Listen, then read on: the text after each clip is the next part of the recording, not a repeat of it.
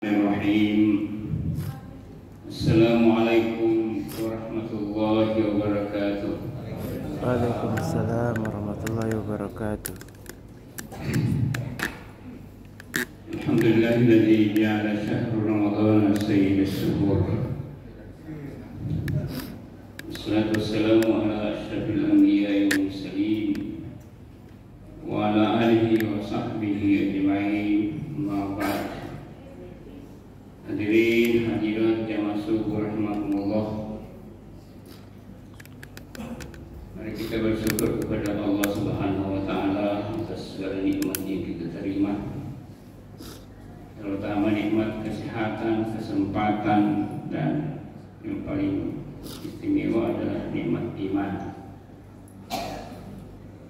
Karena imanlah yang membawa kita memenuhi panggilan Allah pada subuh ini. Andaikan semua orang Islam memiliki iman, maka saya kira tidak dimuat masjid ini kalau semua umat Islam di dalam masjid ini datang. Tapi kan tidak semua, paling-paling yang hadir ini kira-kira 20% dari penduduk itu. Jadi kita bersyukur karena iman itu masih ada. Kemudian mari kita berselawat kepada junjungan kita besar Muhammad sallallahu alaihi wasallam, Nabi sebagai akhir dari Rasul, sebagai pemungkas dari Rasul.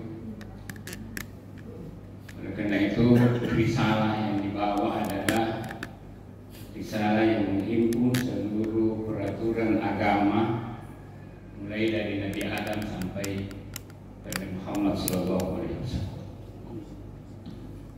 Makanya di dalam sistem hukum Islam, salah satu metode yang digunakan adalah syar'u man qablana, syariat umat sebelum kita. Itulah hebatnya Islam. Demikian juga puasa. Puasa yang disyariatkan kepada kita sesungguhnya menghimpun seluruh puasa-puasa yang telah disyariatkan sebelumnya.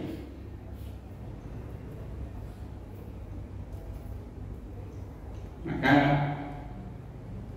ayat yang sangat populer dibacakan pada bulan Ramadan ini adalah surah Al-Baqarah 183 itu. Andaikan itu barang yang ditunggu, bunyi-bunyi diroyak, hancur-hancur, dibaca oleh seluruh umat, berjuta-juta dai yang membaca, berada di amunisi seluruh dunia. Ayat ini menjadi patokan. Persoalannya adalah, sudahkah kita mengamalkan ayat ini? Di situ kan masalahnya sebenarnya. Kita saya baca, ya ayyuhalladzina amanu kutiba alaikumusiyam kama kutiba alal ladzina min qablikum la'allakum tattaqun. Wahai orang-orang beriman, diwajibkan kepadamu puasa seperti diwajibkannya pada umat sebelum kamu. Makanya seluruh puasa-puasa yang telah dilakukan oleh umat itu juga disunahkan di agama kita.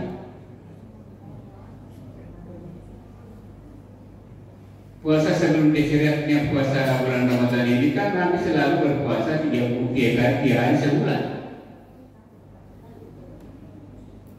Itulah yang kemudian dikenal dengan puasa Yaumul Bid, puasa putih. Dilaksanakan setiap tanggal 13, 14, 15 bulan Qamariyah, bukan bulan Masehi, bukan tanggal Masehi. Hadirin rahimakumullah, ada puasa orang tidak dijarah. Di situ disuruhkan Allah kaliman nasa salasata ayyamin. Usahanya Bunda Maria tidak berbicara 3 hari. Nah itu juga istirahatkan kepada kita. Hadirin rahimakumullah, itulah sebabnya pada kesempatan ini saya ingin mengemukakan topik diskusi kita pada malam subuh hari ini adalah ada 3 hal yang dapat menghilangkan pahala puasa.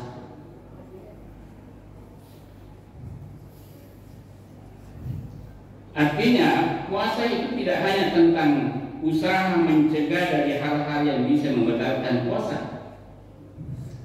makan, minum, dan tidak berhubungan seksual pada siang hari. Tapi dari itu puasa harus menjadi sebuah momentum untuk meningkatkan atau menjauhi maksiat. Nah, kita di puasa tidak ngomong. Artinya kalau ada yang puasanya tidak makan, tidak minum, mungkin sah-sah saja secara syar'i. Tapi kalau ada orang yang puasa tidak makan, tidak minum, tidak seksual, tapi gosipnya luar biasa, itu dia. Jadi puasa itu sebenarnya adalah bagaimana kita berusaha untuk meninggalkan maksiat. Karena maksiat yang dilakukan pada bulan Ramadan, maka puasa kita tidak jadi pahalanya, sah saja. Artinya kita sudah keluar, sudah tidak berdosa lagi karena kewajiban kita lakukan. Karena tidak makan, tidak minum, dan tidak berhubungan seksual pada sehari. Tapi ternyata ada pernyataan Rasulullah SAW. Rasul bersabda, "Kam min shaimin laisa lahu min siyamihi illa al-ju' wal 'atash." Betapa banyak orang yang berpuasa tidak ada yang dia dapat kecuali lapar dan dahaga. Apa artinya ini? Artinya bahwa memberikan kita bahwa yang dimaksud puasa itu sesungguhnya itu adalah mempuasakan semua. Kan puasa itu dari kata pasa. Pasa itu sebenarnya adalah berpantang. Itu dalam bahasa puasa itu berpantang itu menahan. Kalau hanya menahan tidak makan dan tidak minum, itu tidak ada apa-apanya. Kenapa bisa begini? Karena ujung dari ayat itu adalah la'allakum tattaqun. Jangan kita pastikan kalau sudah puasa tidak makan, tidak minum, tidak berhubungan seksual, sudah takwa. Enggak. Allah memberikan isyarat itu la'allakum adalah kata at-tamanni, harapan. Jadi tidak otomatis, Pak. Tidak otomatis. Artinya apa bisa mengerti tidak menjadi orang takwa? Tadi berpuasa menahan. Tahanlah dirimu, bukan hanya mulut tidak minum dan sebagainya, tapi seluruh aspek kehidupan yang membawa dosa itu juga diusahakan. Jadi untuk menjaga takwa tidak gampang. Hadirin rahimakumullah, ulama kita ada yang menetapkan bahwa pekerjaan-pekerjaan maksiat apa yang bisa menghilangkan pahala puasa ini. Ada 3 itu. Yang pertama adalah orang berpuasa tapi tidak meninggalkan pekerjaan yang bisa menghilangkan pahala puasa, seperti menggunjing, ghibah, mengadu domba, an-namimah, apalagi berbohong, bersumpah palsu, memandangkan pandangan syahwat. Apa yang dimaksud dengan pandangan syahwat? Mungkin sekarang tidak terlalu, tapi melalui HP, Android, melihat film-film porno itu juga memandangkan syahwat. Ya dengan kemudian ya melihat film-film apa di itu sama artinya kalau Anda melihat orang yang jalan-jalan tidak pakai rok, tidak pakai apa gitu, melihat dia itu sama dengan itu, melihat dengan syahwat. Itulah yang membuat pahala puasa tidak diterima, meskipun sah puasa sah. Karena syariat mengatakan ya tidak makan, tidak minum, dan tidak berhubungan pada siang hari. Hadirin rahimahullah, Nabi bersabda, khamsun yukiruna as-sawaim. Yang pertama itu al-ghibah, wal namimah, wal kadhibu, wal nadhr bisyahwati, wal yaminul kadhib. Bersumpah palsu. Nabi mengatakan hal-hal yang bisa merusak pahala puasa seseorang adalah al-ghibah, menggibah. Apa itu menggibah? Nabi mengatakan ghibah itu adalah menceritakan aib orang ke orang lain, yang orang lain kalau tahu itu marah. Itu ghibah. Ada sahabat yang nanya, bagaimana kau kenal? Kau aja dia tahu. Dia bilang itu lagi ghibah. Kalau kau menceritakan aibnya orang tidak dia lakukan, namanya bohong. Itu juga baru mencari berbohong tadi. Namanya fitnah. Al-fitnah itu asyaddu minal qatl. Fitnah itu lebih bahaya daripada membunuh. Nah itu dia Al-Quran mengatakan gitu. Ghibah itu sebenarnya dosa besar. Sampai-sampai Al-Quran mengatakan wala yattaq ba'dukum ba'da ayuhibbu ahadukum ayyakula lahma akhihi maitan fakarihtumuh. Berghibah itu adalah sama dengan memakan daging saudaranya.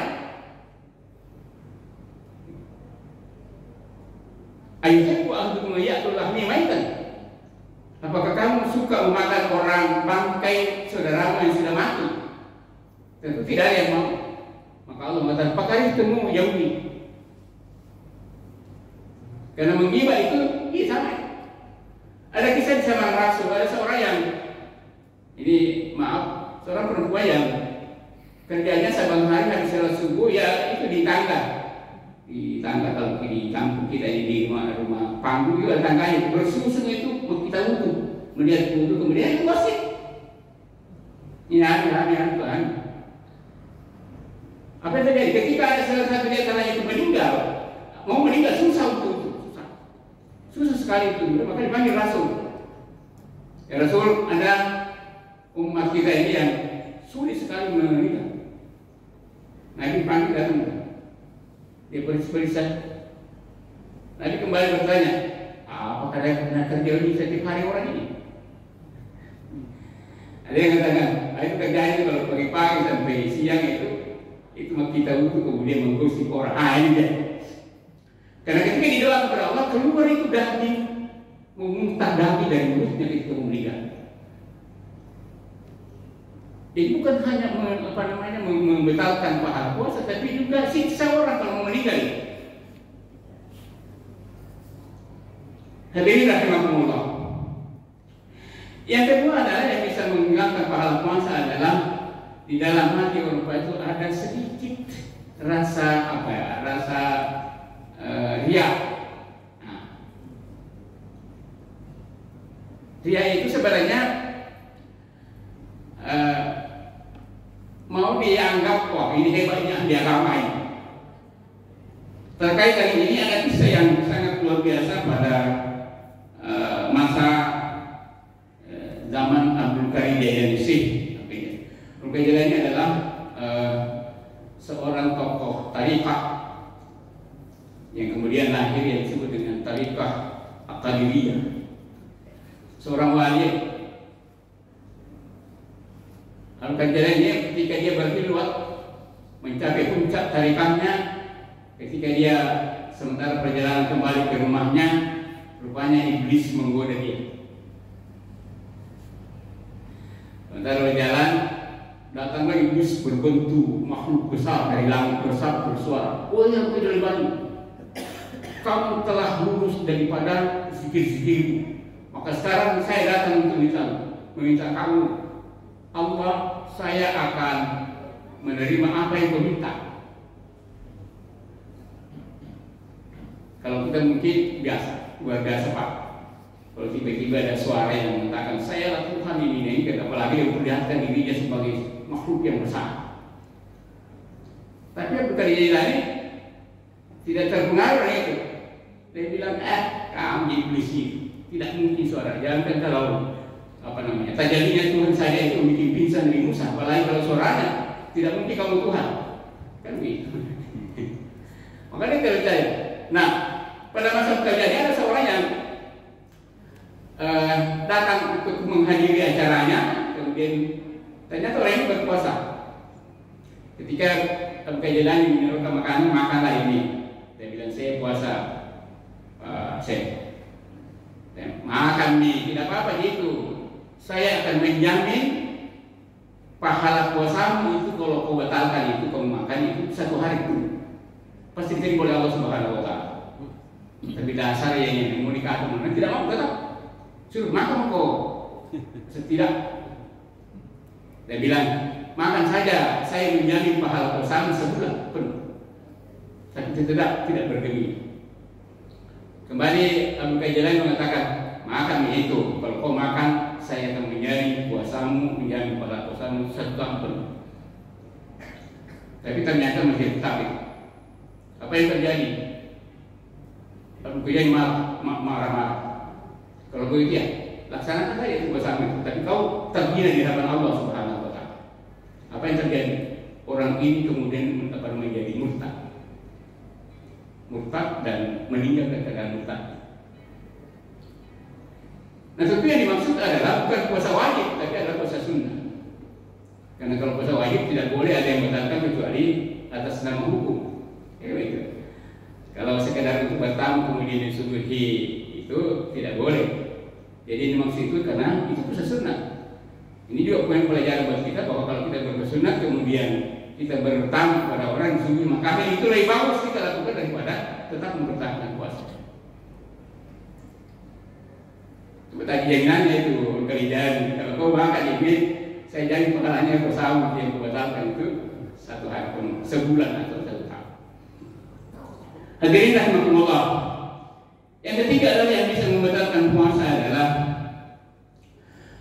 berbuka puasa dengan makanan yang haram. Ini perlu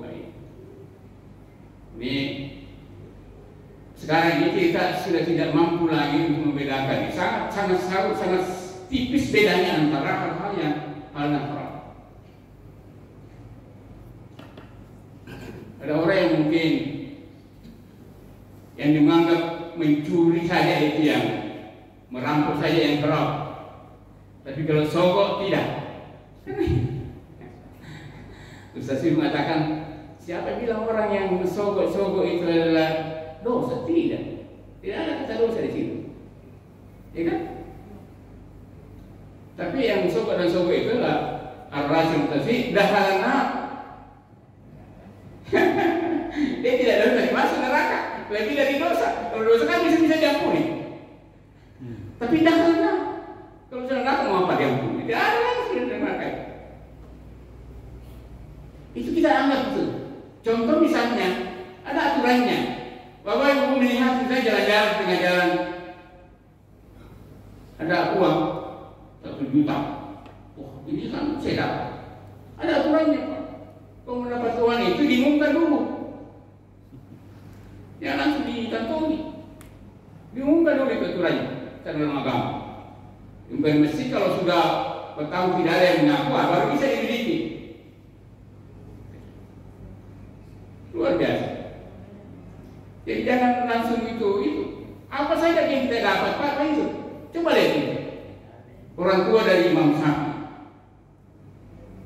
dia mandi-mandi di sungai, tiba-tiba ada dari menang lagi.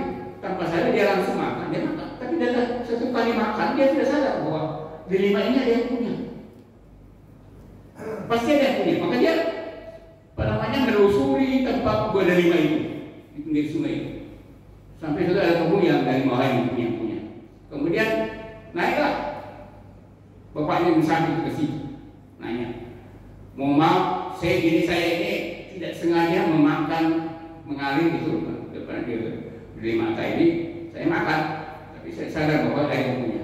Barangkali bapak yang punya dari ini saya makan saja dan masa itu. Saya mohon supaya dimaafkan saya kasihan. Karena terlanjur saya makan, saya tidak sengaja, tidak sadar makan. Rupanya orang ini juga orang beriman. Oh, ini jago, ini orang pasti orang beriman. Masa pas sudah 5 dia bisa minta maaf? Berarti orang ini sangat beriman. Apa yang terjadi? Saya mau memaafkan dosamu itu apabila kau kerjakan kebun saya selama 2 tahun. Bayangkan 5. Disuruh kerja 2 tahun, dia mau saja kena pada saat beri. Begitu dia menjaga supaya dalam perutnya tidak boleh ada barang haram sedikit pun. Karena mengatakan barang siapa yang masuk dalam perutnya itu barang sedikit barang haram, maka 40 hari tidak terima sholatnya. Nah kita yang sedikit ini berkumpul itu barangkali yang membuat kita menjadi gemuk dan sebagainya. Mana bisa? Maka orang ini jangan tidak 2 tahun. Sesudah itu sudah 2 tahun dia pamit. Ya saya barangkali sudah yang saya bisa dimaafkan. Tolong saya mau meninggalkan ini. Semesti ada satu syaratnya. Apa itu? Saya bilang kau harus kawin dengan anak saya. Anaknya gimana? Anak saya itu pincang, tuli dan buta. Ini kalau ini ya pasti kita lari barangkali kita maka sen saja.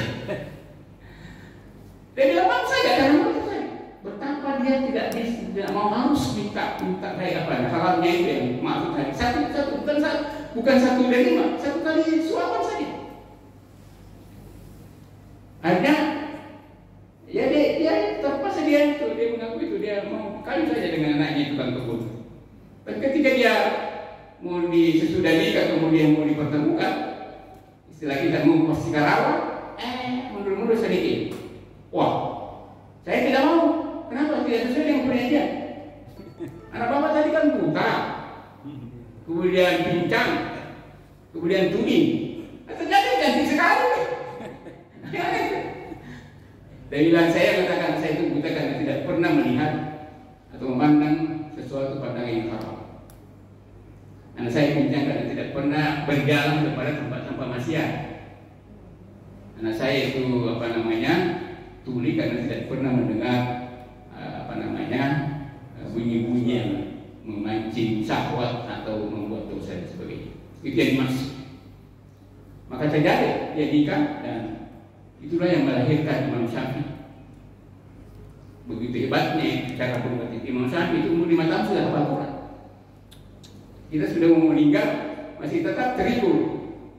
Allah. Ini Bapak sekalian, itulah 3 hal yang dapat. Artinya kalau kita melaksanakan merasa diri sudah sah, puasanya boleh lah. Tapi puasa itu bukan sekedar itu. Puasa itu adalah tujuannya takwa.